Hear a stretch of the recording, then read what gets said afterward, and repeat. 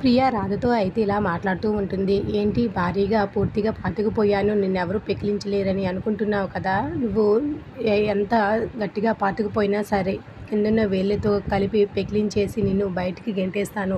దానికి కూడా ఒక మంచి దుర్ముహూర్తం చూసి పంపిస్తాలే, నువ్వేమీ కంగారు పడకు.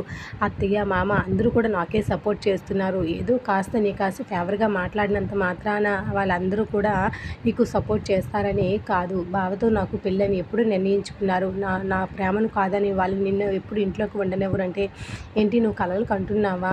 ఇంకా విక్రమ్ కృష్ణ నీ వాడు అవుతాడనేసి నా గురించి నన్ను ఇంట్లో పంపించడం గురించి ఆలోచించడం మానేసి పెళ్లి చేసుకుని పిల్లలు ఎలా కనాలో ఆలోచించు. నీ జీవితమైనా బాగుపడుతుంది. అంతే తప్ప బావని పెళ్లి చేసుకుంటాను అని మాత్రం నువ్వు కలలో కూడా ఊహించుకోకు. ఆ ఊహల్లోనే నీ జీవితం నువ్వు పాడు చేసుకోకు.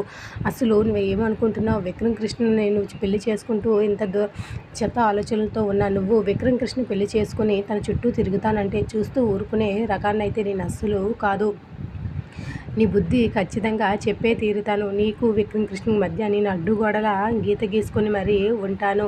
నీ హద్దుల్లో నువ్వు ఉంటే చాలా మంచిది. లేదు నేను బావని పెళ్లి చేసుకుంటాను, నేను బావతోనే ఉంటానంటే ఖచ్చితంగా నిన్ను బయటకు గెంటించే ప్రయత్నాలు అయితే ఖచ్చితంగా నేను చేసి తీరుతాను. నన్ను కాదు, నిన్నే నేను ఇటు కాకుండా చేసి తీరుతాను.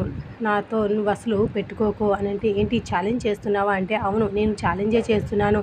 విక్రమ్ కృష్ణని నువ్వు పెళ్లి చేసుకోకుండా ఉండడానికి అడ్డుగోడలా నేను నిల్చుంటాను. ఇప్పుడు కూడా నా భర్తను నేను కాపాడుకుంటాను అని చెప్పి ఇక రాధ అయితే అక్కడున్న ప్రియతో మాట్లాడుతూ గట్టిగా వార్నింగ్ ఇస్తూ ఉంటుంది. తన చుట్టూ ఉంటూ నువ్వు నీకు దూరం పెడుతూ ఉంటాను, చూస్తూ ఉండు. విక్రమ్ కృష్ణ దరిదాపుల్లో కూడా నిన్ను రానివ్వను అని రాధా ప్రియ మధ్య ఛాలెంజ్ అయితే మొదలవుతూ ఉంటుంది. మరి ఈ ఛాలెంజ్లో ఎవరు నెగ్గగలరు? మీరైతే కామెంట్ చేయండి and like the video. Thanks for listening.